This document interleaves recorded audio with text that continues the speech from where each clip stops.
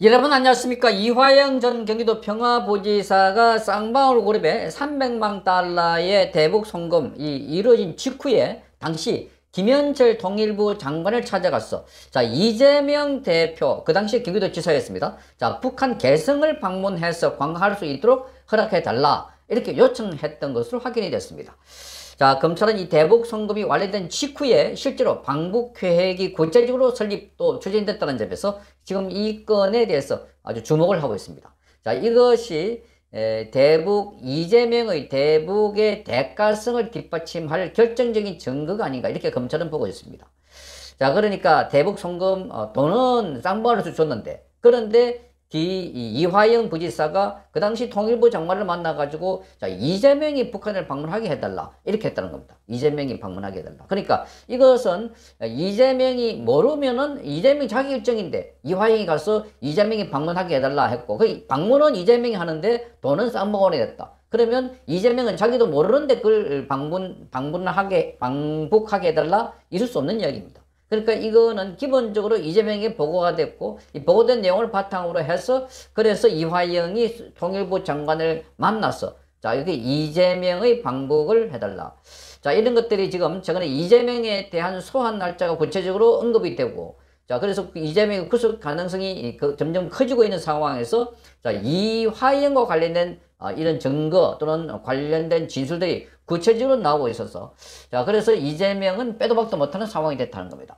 이것은 쌍방울의 대북 송금 관련된 거지만, 이 백현동 사건과 관련해서도, 백현동 특혜 의혹과 관련해서도 김인섭을 통해서 이재명이 특혜를 줬다 하는 내용들이, 자, 이 김인섭과 정진상 관계 등등을 통해서 하나둘씩 나오고 있었어. 이제 수사가 거의 마무리 단계다. 그러니까 이런 걸 보면 이재명을 굳이 조사하지 않더라도 검찰은 이재명이 소환에 불응할 경우에 바로 영장을 청구할 수 있다는 겁니다.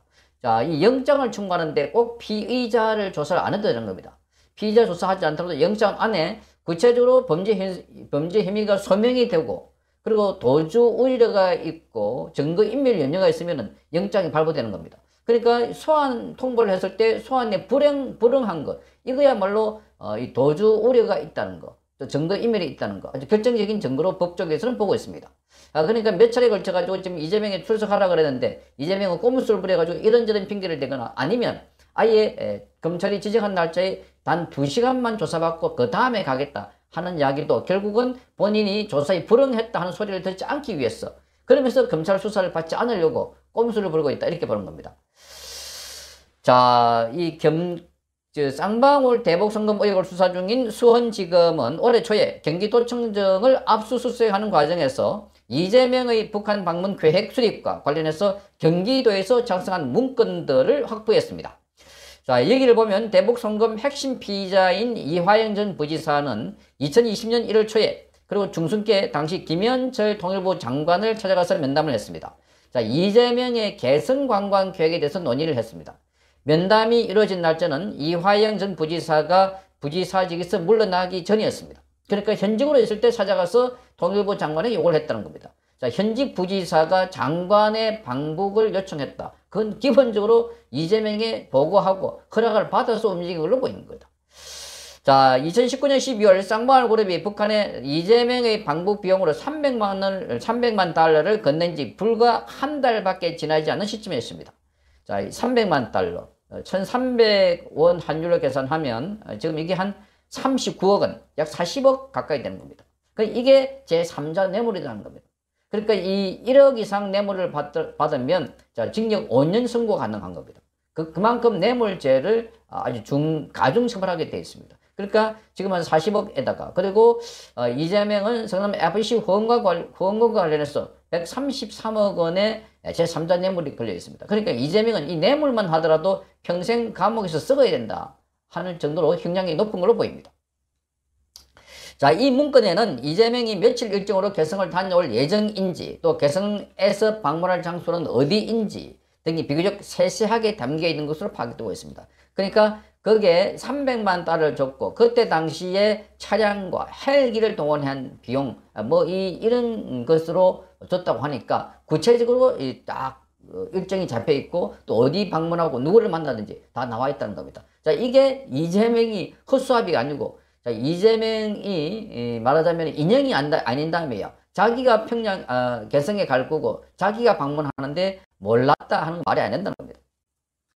자, 남북교류협력법에 관한 법률 구조를 보면 우리나라 국민이 북한을 방문하려면 사전에 통일부 장관의 승인을 받아야 합니다. 그리고 장관 명의로 발급한 방문 증명서를 가지고 있어야 합니다. 자, 검찰은 경기도 내 2인자였던 이화영이 통일부 장관을 찾아가서 허가를 구한 만큼, 자, 이러한 계획이 매우 신속하고 또 구체적으로 추진됐던 것으로 보고 있습니다. 아울러 이재명 본인에 대한 방북 계획임을 고려하면 이재명이 여기에 대해서 자, 인지했고 관여했을 가능성이 매우 크다고 보고 있습니다. 자, 이때 2020년 1월은 그 당시 문재인 정부가 미국과 UN 이 대북 제재에 저촉되지 않는 남북 교류 협력 방식으로 북한에 대한 개별 관광을 추진하기 위한 상세 방안을 내놓던 그 시기였습니다. 당시 통일부는 1월 15일 날 2020년 1월 15일 날 북한의 개별 관광을 적극 검토 중이다 이렇게 언급을 했습니다. 20일에는 관련 추진안을 공식 발표한 바가 있습니다. 그러니까 그 때를 맞춰가지고 이재명이 개성을 방문하려고 했다. 자, 그러니까 그 돈은 쌍방울에서 줬다. 자, 이건 명백하게 이재명이 보고를 받고 지시를 한 걸로 이렇게 보이는 거고, 이게 제3자 뇌물이라는 겁니다. 자, 현재 수원지검은 이러한 정황을 포함해서 대북 송금 관련 사실관계를 확인하기 위해서 이재명과 소환 일자를 조율하고 있는데, 자, 그런데 검찰에서는 8월 30일, 9월 4일 등을 통보했지만 이재명 측은 당무 일정 등으로 시간을 내기 바쁘다. 이렇게 해서 자, 일정 난색을 피웠습니다. 그래서 이재명은 국회 본회의 일정이 없는 9월 15일부터 15일주를 출석하겠다 이렇게 발표했습니다. 자, 9월 10일부터 15일주 여기는 바로 이재명이 지금 뭐 단식 쇼를 하고 있던 뭐든 간에 어쨌든 단식한 지 10일이 넘는 날입니다. 그렇기 때문에 이재명은 자, 그러니까 내가 단식을 너무 많이 해가지고 검찰 출석도 앰뷸런스를 타고 가야겠다. 아니면 가가지고 자, 조사를 받는 도중에 쿵 쓰러졌다. 이렇게 쇼할 가능성이 매우 크다고 보고, 그래서 9월 4일날 출석하라 그랬는데, 자, 이재명은 9월 4일날 그러면 딱 2시간만 출석하겠다. 오전에. 이렇게 버티고 있어서. 자, 검찰은 계속해서 그 다음 다른 날짜를 지정하고 통보할 것으로 이렇게 알려지고 있는데, 거기도 나오지 않는다면, 자, 출석할 의지가 없다고 보고, 그래서 지금까지 드러난 이런 정황을 보고 이재명의 혐의가 다 입증했다가 보고 바로 이재명에 대한 영장 청구를 할 것으로 이렇게 보입니다. 자, 이재명은 이 건과 관련해서 그 재판에 관해서도 이재명은 지금 참 출석하기가 어렵다 이렇게 알려지고 있어서 이재명은 지금 또 다른 재판이 진행되고 있습니다. 대장동 관련된 재판도 있고 선거법 관련된 재판이 있는데 거기에 관련해서 지금 재판부도 이재명에게 출석이 가능한지 이렇게 물었다고 하니까 자, 이 재판부도 자, 이재명 위주로 가는구나. 이 재판부는 아예 검찰은 이재명이 출석 못하겠다 하면 안 된다 출석하라고 고집하고 있는데 반해서 재판부는 오히려 이재명에게 출석 가능한지를 묻고 있다고 하니까 자, 불가능하면 날짜를 변경할 것을 검토하고 있고 이렇게 전해지고 있습니다. 그걸 보면 사법부가 얼마나 이재명 편을 들어주고 있는지를 잘 드러내는 대목이고, 그뿐만이 아니라 지금 박찬대와 천준호 모두 다 4일날 출석하기로 통보를 했는데 안 온다고 합니다.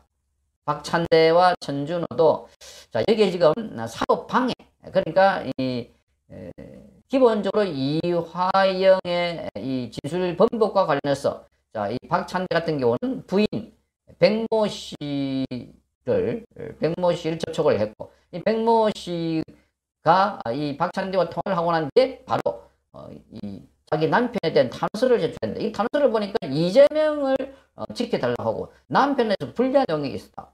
자, 이런 걸 보면은 거의 다 대부분 지금 이재명 측근들이 쫙쫙 움직여가지고 재판을 방해하거나 아니면 진술하는 것을 다시 뒤집으려고 이렇게 한 걸로 봤어. 그러니까 이게 전부 다 증거인멸 의혹이다. 그래서 이재명의 사법 처리는 불가피해지고 있고, 이재명이 출석하지 않는다면 자, 검찰도 시간을 더 넘기면 이재명의 단식 쇼에 넘어갈 가능성이 있기 때문에 그래서 9월 4일 전후로 해가지고 이재명의 모종의 조치를 하지 않을까 이렇게 보이는 겁니다. 자, 이재명 관련해서